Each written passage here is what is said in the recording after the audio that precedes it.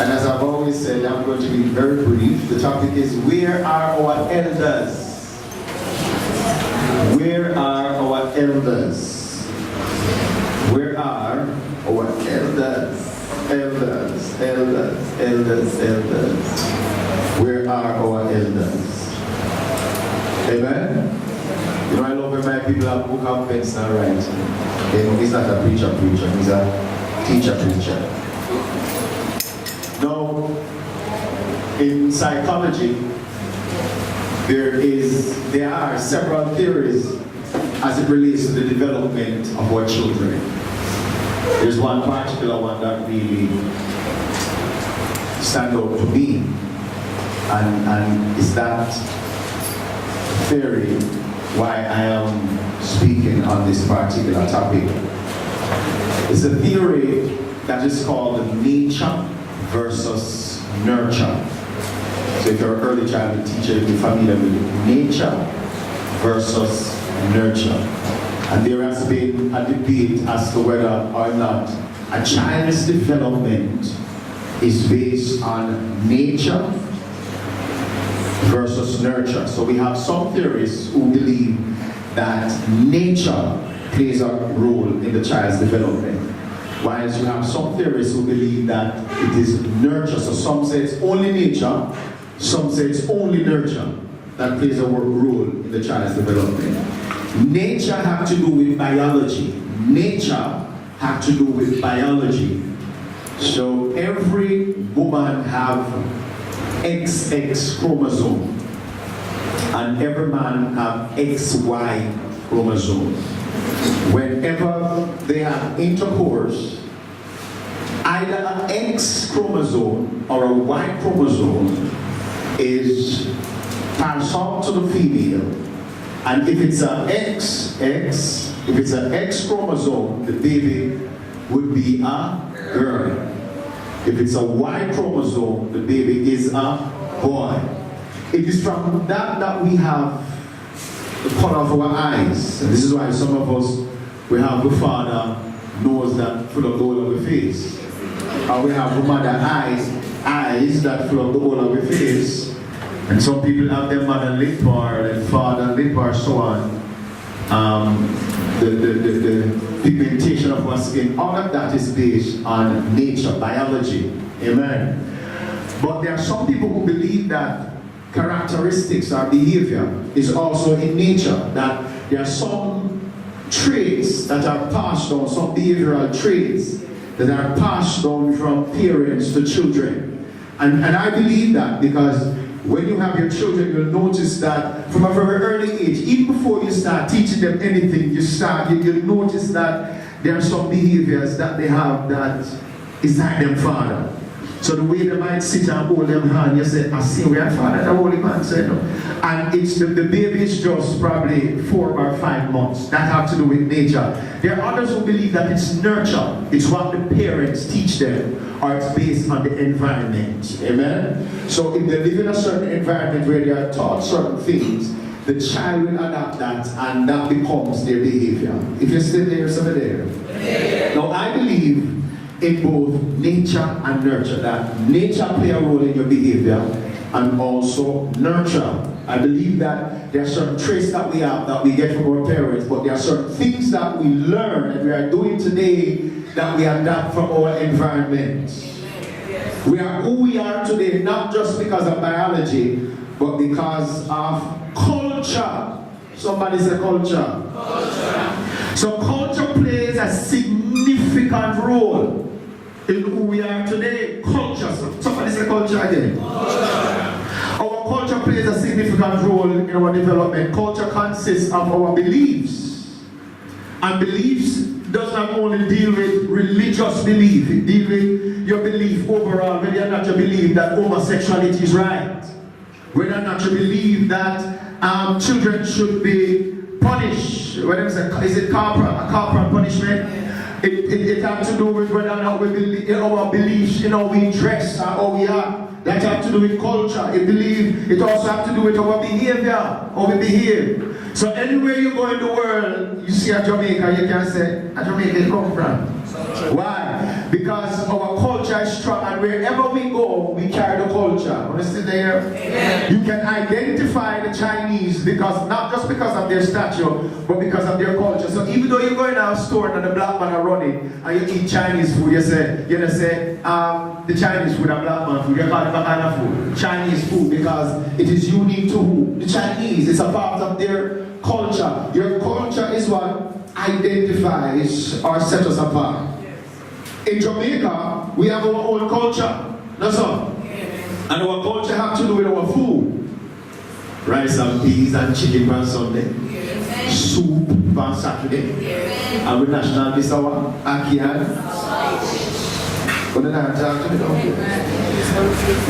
What on Tuesday? Stew peas on Tuesday. Did I talk to them? Amen. Our language has to do with our culture, the way we chant. So even though they are trying to, the colonizers are trying to get us to speak like we are born in England, the truth is, as Jamaicans, we chat patois. That's how it goes, sir. And when they go sent to this bed, them say, you did bend go down the road, sir. And when they go another parish, them say, them have a different thing. But when you hear it, you can know that you're Jamaican. So even when we go Friday, we are trying to twang. Yes. So we are twang patois. Amen. I'm going down the road tomorrow, I go down the road, you know what I'm saying? And you know, and the white person come and say, you're from Jamaica. I say, yes. How do you know? Oh, you know, we know. You're not patois. Amen. So this is have to do with our culture, our patois, the way we talk. And can I tell you something? Love the patois. But I come tell you to start in the English, because I can't talk the English good. Not even the people that won't teach you can't talk it. I hear teachers saying that English is one of the hardest language to learn. That's just Spanish even easier than English. But university people never try to force English. Men go with them English. Amen. I love patois because patois is very expressive. The man went down the street and he hit the woman in her face and she cried. The man got on the road and gave her one box in her face. She bawled. Don't you get it? You know, you don't need no interpretation. The way the person expressed themselves, you know, say, listen, she get a hell of a box. And she bawled. That is what? Our culture is unique to us. And you can tell a Jamaican wherever they go based on that. Our music, we love reggae music, our behavior and our religion. Our religion is what? Christianity. And that is unique to our culture. So this is what our children will grow knowing, and it will inform their behavior. So the way our children behave is based on their culture. There are subcultures within Jamaica. So even though we have the major culture of Jamaica, we have subcultures, and subcultures have to do, I like Rastafarians. So they are Jamaicans, but the culture that they practice is Rastafarianism. Amen, church. But don't talk to me for the day. Yet still we still have subcultures within the subculture. Because if I come to your house, the culture in your house and the culture in my house is not the same. The way you cook your stew peas and the way we cook my stew peas are not the same, but it still tastes good. Amen. Piety, man. If you're here, say yeah. Amen, church. The way you clean your house, or the day you clean your house, or the way you dress, it's unique just to your family. That's your culture, it's your way of life, it's your belief. You believe that people go to bed at 7 o'clock. Another culture believe people go to bed when they want to sleep. What did I tell you? It becomes your culture, your belief, your way of life, and that's how the children grow. Christianity also has its culture. So in Christianity we have a culture, we have a beliefs, don't it? Talk to me now. And our belief is in what? The death, burial, and what? Resurrection of Jesus Christ. That's our culture. Are you here this morning? We believe that Jesus Christ is Lord. 1 Peter 2:12 said that we must conduct ourselves among the Gentiles so that in case where they speak against us as those who do evil, they may by observing our good works, our behavior, our conduct, and glorify God. So that's our behavior. So as Christians, we have our culture, we have our beliefs. When someone sees us, they should be able, not based on how we are dressed, but based on how we behave, they must be able to distinguish us from those who are of the world. Do you agree, church? Amen. So it's our culture. That's what we believe, that's what we teach, and that's what we pass on to our children. Somebody say amen. Amen. In every society, it is the duty of the elders. It's the duty of the elders. And listen to me this morning, when we speak about elders, I'm not just talking about leadership in church. I'm talking about elders, those who are mature in age. It is the duty of the elders in the tribe. So you go in Africa and you watch Discovery Channel. It is the duty of the tribal leaders to teach the younger ones the culture of the tribe. Amen, church? It is the duty of the elder in the home, the parents, the mother and the father, to ensure that the children are taught the culture of the home or of the country. It is the duty of the elders in the church.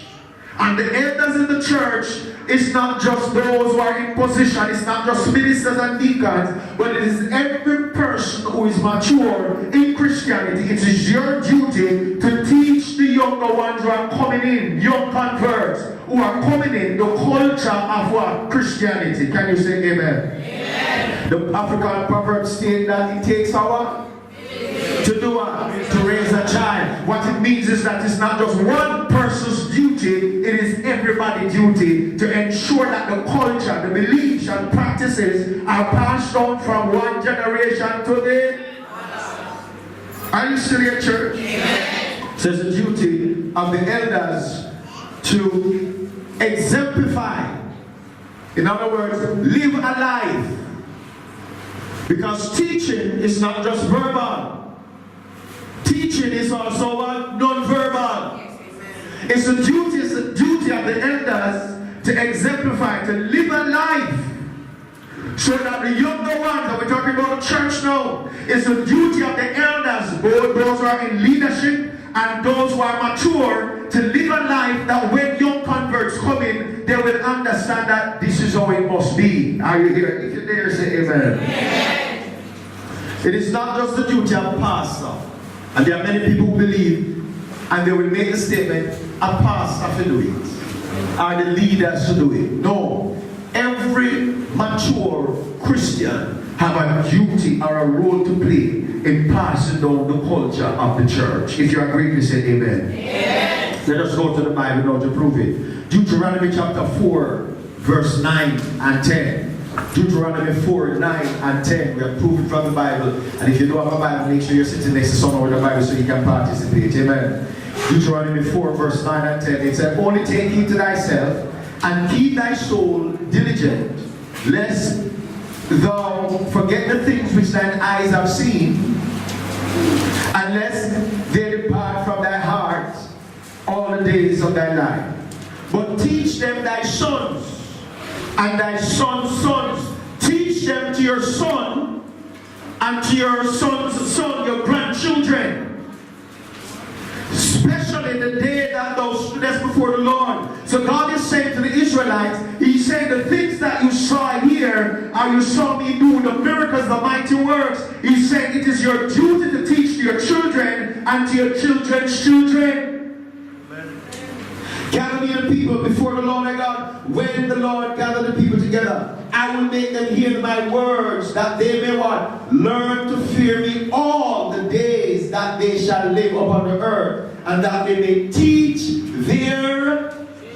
That they may what? Teach their children. So it's the duty of who? The elders to teach the younger ones about the what? Culture of the church, or the culture of the home, or the culture of the country. It is the duty of the elders to what? Pass on the knowledge of Jesus Christ to the next generation.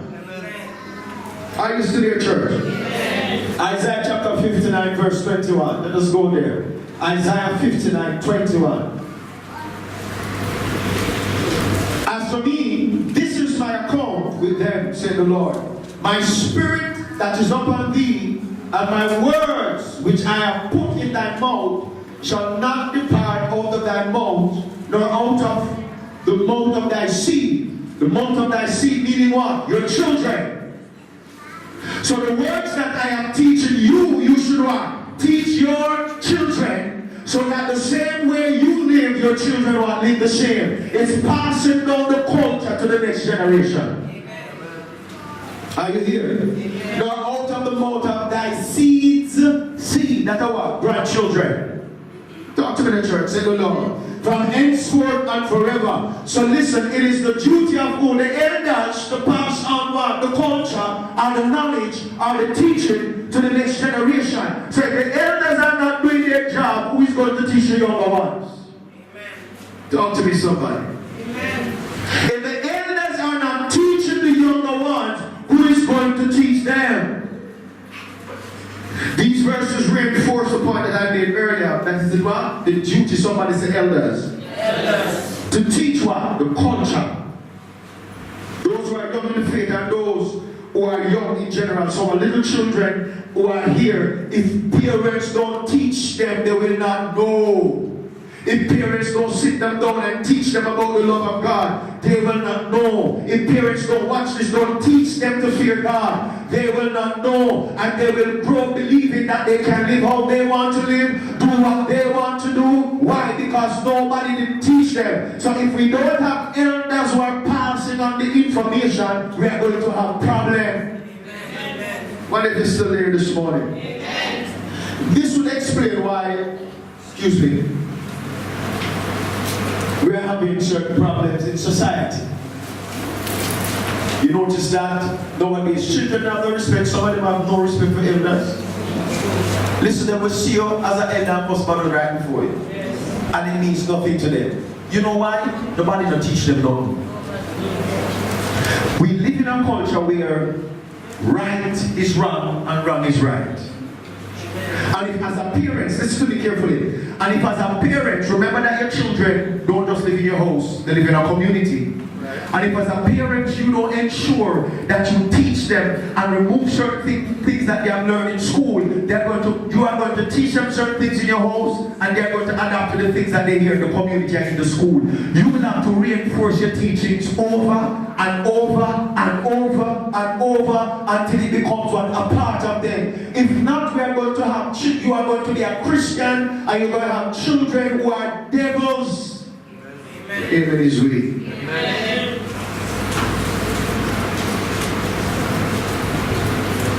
In order for us to preserve the values of Christianity, in order for us to preserve, to ensure that the values that we teach in Christianity are maintained, we need elders to what? Teachings. Because if nobody's teaching it, what is going to happen is that they're going to adapt things from outside, and that is going to become their normal. If you're still there, you say amen. Amen. Excuse me. So this would explain why we are having certain problems in the church today. Because we have elders, listen, who in some cases were not cultured. We have elders in the church who in some cases were not cultured, meaning they were not taught the principles, morals of Christianity. Nobody did teach them. Listen to me carefully. And they are now passing on to the next generation error. So the way some of these elders in our churches live, remember teaching is not just verbal, it's not verbal. The way some of our elders live and behave is wrong. And the truth is, you can't really blame them because nobody not teach them. And they are now, listen to me carefully, and they are now in position and they are passing on the bad teaching. The granny doesn't teach them to the next generation. So what do we have in the church? We have elders who don't know how to behave. We have young ones who don't know how to behave. And the truth is, you can't blame them because nobody didn't take the time out to teach them how to behave. So before you can even blame any elder for anything, you must first what? Teach them. Amen. So they will know what is expected, what is required, so they can what? Pass it on to the next generation. Are you here this morning, church? Amen. 1 Timothy 5:22 said this. Listen what 1 Timothy 5:22 said. It said, lay hands suddenly on what? No man. He's not talking about praying for people. He's talking about what? Promoting people.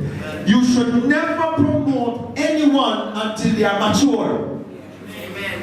You should never promote anyone to any level of leadership until according to the word of God, you first what? Prove them.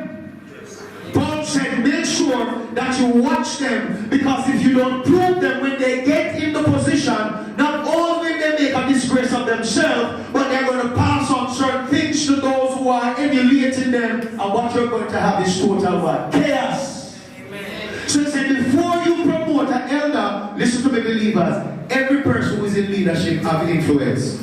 Yes. If you're only influencing one person, you have influence.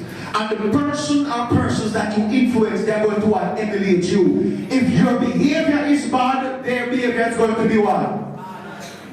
So before you promote someone, you must first ensure that they are properly, somebody say, trained.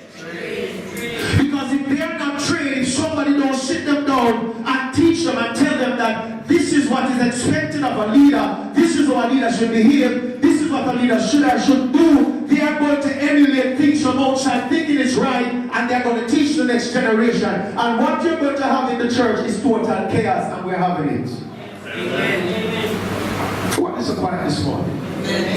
Are you getting what I'm saying, church? Amen. So this is why I ask, where are the elders? We're not talking about position. We're not talking about age. We're talking about those who are matured and trained. And remember, training is not just formal. Training can be informal, meaning somebody with the knowledge can train you. Amen. You would never put someone in the position of a doctor until they are. You never, would you know what nurse to look after who is not trained? Why not? So always say that we have people in leadership at every level who is not trained, neither formal or informal. Let me ask you something. Where does the knowledge come from that they are passing on to you? Let me talk to you. And someone will say, what pastor the Holy Spirit supposed to teach you? You know, we get the Bible around and confused. Very wrong, the Holy Spirit teach you. Somebody said the Holy Spirit will teach you. Hello, let us dismiss church now. Everybody go home and the Holy Spirit teach you. That's not what it means. The Holy Spirit teacher can mean you're watching on the TV. Huh? Let he who ever hears to hear what? Hear what? The Spirit says to the church. The Holy Spirit has not here now through me.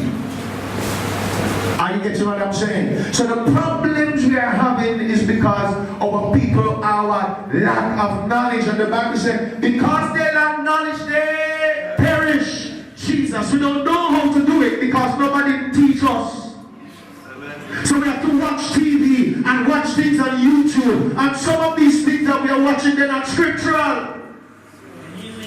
They're not right. And these are some of the things that we adapt and then we teach others. And what we have is me bad, me teach you bad, you teach she bad. 3 generations of bad people. I want you to get what I'm saying. If you're there, say amen. Amen. Are you getting what I'm saying, church? Amen. If you're getting what I'm saying, say amen. Amen. So Timothy said, before you promote anyone, it's to make sure that they are first proven. Make sure that they are first proven. Make sure that they are first proven. In other words, watch them. Make sure that their lifestyle right. And it's not just lifestyle, it's not just the holiness alone. Make sure that the behavior right. Make sure that the conduct is right. Because when you promote them, so you're partaking in the person's what? Sin. Yes. Because you are promoting someone in a position who you know already are right. And you are partaking in that person's sin. Touch your neighbor and say, church business is a serious business. Are you still here, church? Today we have children having children, don't it? Don't it? Yes. Today we have children having children. Pick me up, pick me. I call them child parents. I call them child parents. And these child parents were cultured by BET, MTV, and VH1, and RETV. And that's their culture. Because most of them have the parents that are also teaching don't. So they adapt what they see on MTV. This is why in Jamaica we have so many people behaving like Americans. When they get the pants below the waist from, I used to man I walk like this. I'm going to walk like this to keep his pants up. What kind of foolishness is that? Where do you think we get that from? It's not a Jamaican culture. American think that.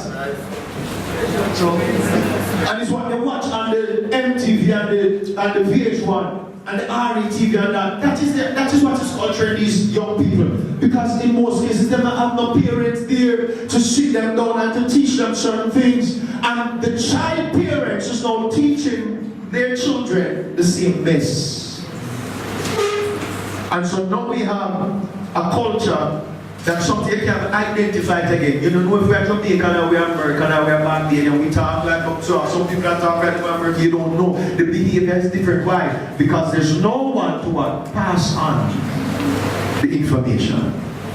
Come and say, somebody say. Amen. How you get what I'm saying, church? Amen. The church is not exempted from this. Don't you believe that the church is exempted? Somebody said Jesus.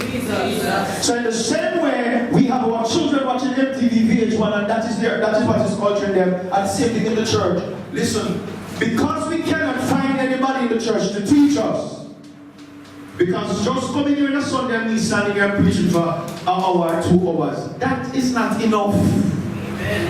Because we don't see someone in the church who is a mother who can teach us the word of God, we start to go to YouTube and we start to watch the pastors on YouTube. This is why we have Jamaican pastors that talk like them are African. They never go Africa from them, but they never talk like African. Why? They believe that the African that they watch on TV that anointed. If we talk like him, we give them more anointed. It is what? They have nobody to teach them. I want you to get what I'm saying. They cannot find someone in the church, an elder in the church, that when they watch that elder's life, they say, listen, I want to be like him, or I want to be like her. So they start to search because people want. And if they can't find it here, they're going to go elsewhere and get it. And sometimes what they get elsewhere is garbage. Oh, they're not talking to me this morning. So we have sometime in the church, and 7 different cultures in the church. One person pray like this. Another person pray like this, like that, weeping one. And everybody is doing their thing based on who they learn from. Because we're not learning from one source. I want you to watch what I'm saying carefully. Watch what I'm saying carefully. This is why if you go to some church, everybody in the church behave the same way. You know why? They are cultured the same way. And we hear people criticize. And so everybody in the church is speaking at the same tongue. And everybody says hallelujah the same way. And everybody like this. Everybody get the spirit of God. Why everybody? That's how they were cultured. That is what they see. And that is what they do. But when you have a church where there's no proper system to ensure that it is passed down from one generation to another generation, you're going to have this section doing one thing, this section doing one thing, and that section doing another thing. It is not supposed to be like that. It's called confusion. So this is why the church must have what? Somebody say elders. So what is being taught here is what is being taught here, is what is being taught there. And so everybody have the same belief, everybody function the same, everybody doing the same thing according to the word of God. Why? Because it is being taught. This is important, guys. And this is why I started out saying it is the environment that impacts your behavior. Your behavior is being impacted by your environment. But some of us are here, but the environment not impact us because we get the information from somewhere else. You are here in body, but you're not here in spirit and mind. And so what is being taught here is not being received and put to good use. And this is why we have so many different behaviors in church. Listen, church that destroy the church. And when I say destroy the church, I'm not just talking about this one. It has destroyed the church in general. You see, since we have access to the internet, and we can watch anything on the internet, and people start to go to school. Hello, we have people who have been in church for years and never learned certain things for years. This is just since they start to go to school, pastor can't talk to them again. This is since they start to go to school, you can't preach none. Listen, it's dangerous. Because there must be a way. Hello, when you go to the Adventist church, every Adventist church in Jamaica are the same. The building is the same, the worship is the same, everything is the same. Why? Because they ensure that before they put anyone in a position, they indoctrinate them good first. It's not a bad thing. They teach them. And that is what they pass down. And you get to what I'm saying, church. Every Catholic church is the same. And any Adventist church will break around them this fellowship, them inside, they're going to start their own thing. Because the elders are ensuring that they pass it down to the other elders. And the elders pass it down. This is why the Adventists are very strong, because they are firm in their teaching. They are strong in teaching. They ensure that they teach people. And when the young people come in Adventism, listen to me, they're not going to switch a switch. They all taught the same. Why? Because they are being taught. And this is coming from where? Elders. They are speaking with one voice. They are moving in the same direction. Church, if every elder is moving in the same direction, the church can't move in a different direction. So true. Oh God, the church is quiet this morning. Are you getting what I'm saying, church?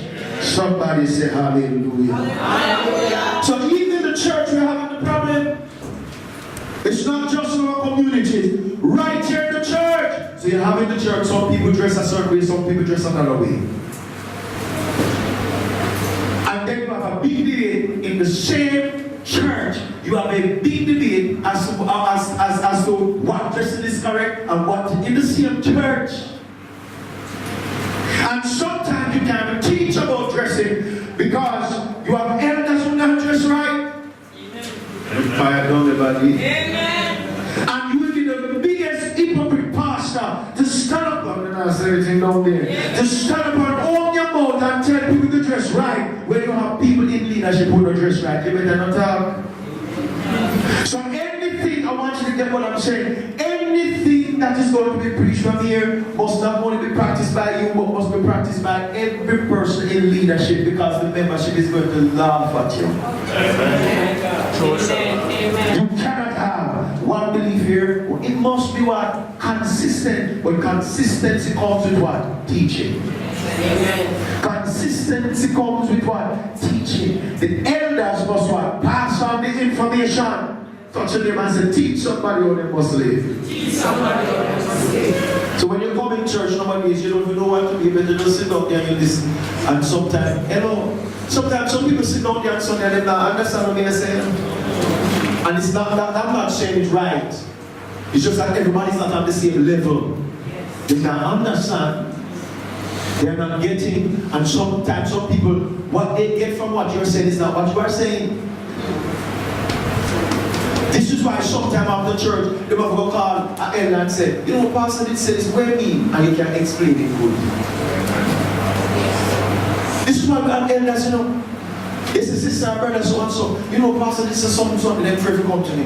Come on. You know, Pastor, this is something, and so they understand it, explain, and the sister can explain. I said, no, that's what me.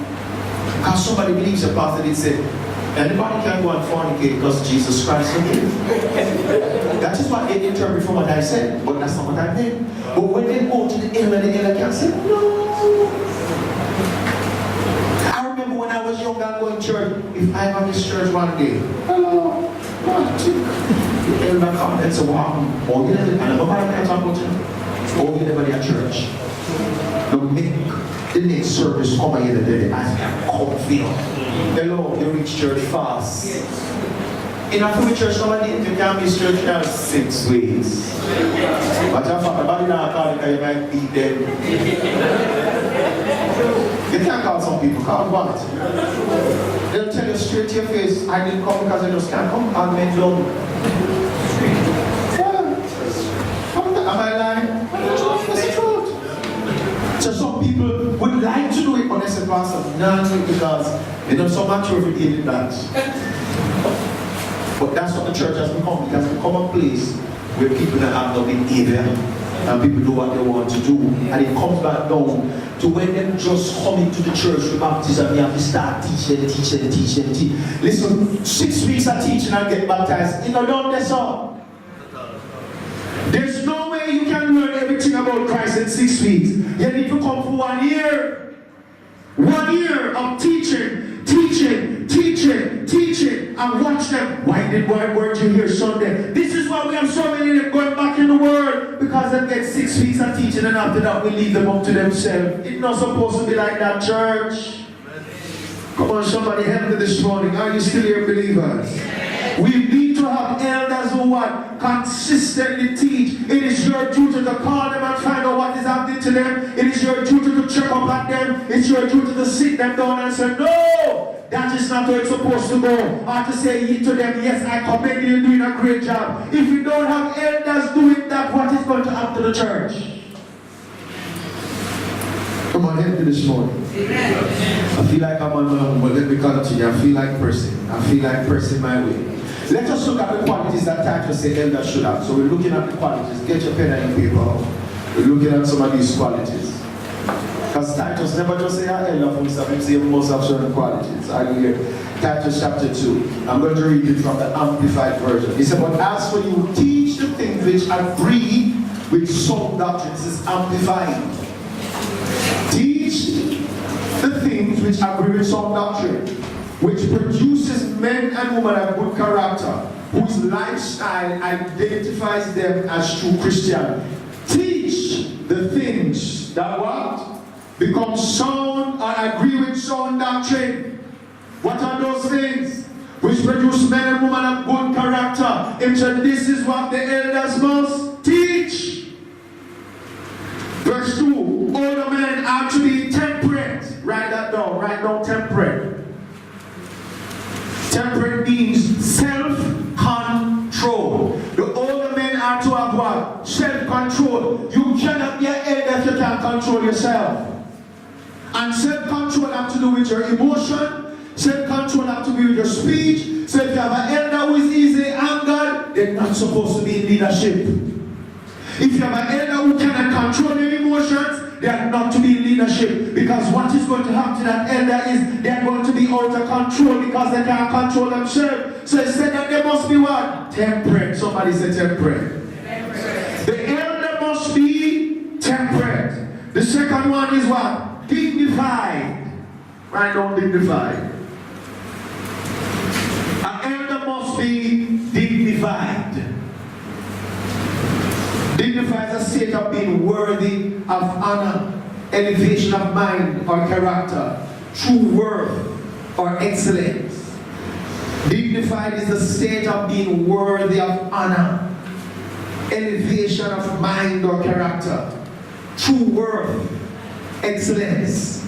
It is the opposite of being loud. You ever see some people who are loud and vulgar and brawling? That is not being dignified. So any elder you have who is loud and brawling and vulgar, they're not supposed to be in leadership. Because a leader must be what? Somebody say dignified. When you see them, you must admire them. I admire that woman and that man. Oh, they are dignified. Oh, they conduct themselves. Oh, they speak. Oh, they sit. They have grace. Are you here this morning? You must have. Why? Because we have people who are watching us. And if you brawling, those who are admiring, you're going to be what? Brawling too. If you love, they're going to be what? Love too. Are you here this morning, church? Somebody say hallelujah. Come on, somebody say hallelujah. Hallelujah. The third one is what? Sensible. And the man you matter about him. So the man must be what? Have self-control. You must can control yourself. Are you here, church? Watch this. You're an elder in the church and somebody step on your toe and you cuss them off in the church. What do you think is going to happen to the church? People are going to believe that that's how elders behave. Am I in the right church? There's no grace. You ever see some people, oh, they just walk with grace, and they sit with grace, and they just speak a particular way, and you just admire them. She just speak well, she just do. That's what the Bible says, that's how they must behave. It is not this brawling, low behavior, this unbecoming behavior. Have you ever seen some people and they're discussing with their behavior like, why is she so loud? Why is she so brawling? You get what I'm saying? He said, no, the elder must not be like that. They must be what dignity. When you see them, they must want to be like them.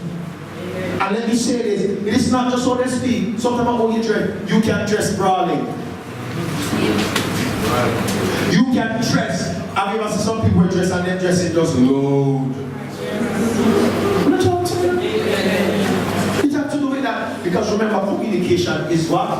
Verbal and non-verbal. So you say there must be what? Sensible. Come on, church. Are you getting what I'm saying? Somebody say hallelujah. Sensible. And sensible mean what? Intelligent and prudent.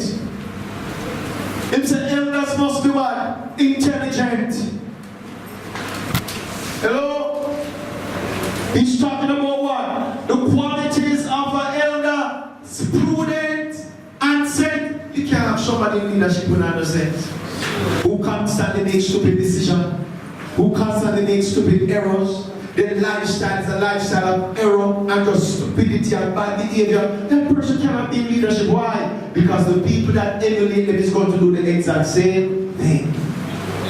So what did Titus say? They must be intelligent. So when the people who are admiring you see her, they say, listen, I want to be like her. And when they go on the road, the way they sit with grace. The way I'm used to their church. Amen. You don't go in the bus and you're loading the bus and everybody say, wait, I wish at the church of Paradise where you go. Load. I'm talking load in the bus and cursing out, touching him and say, no, it's not supposed to be like that. Are you still there? Sound in faith. Somebody says sound in faith. So you cannot have somebody who is a novice in leadership. They must be sound in faith. They must believe what they believe, and nothing supposed to can change them. So when you go to an elder and say, what do you believe, they must can tell you. There's no way you can go to an elder and say, what you believe, them say, we don't know.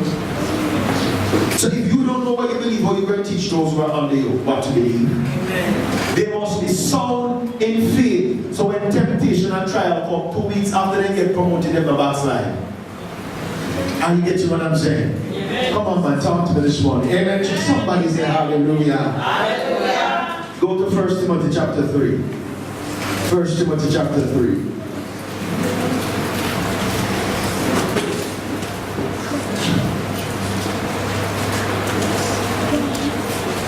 Are you there? 1 Timothy chapter 3. Are you there? Let us read it together. Ready? Begin. This is a true saying. If a man desire the office of a bishop, he desireth a good work.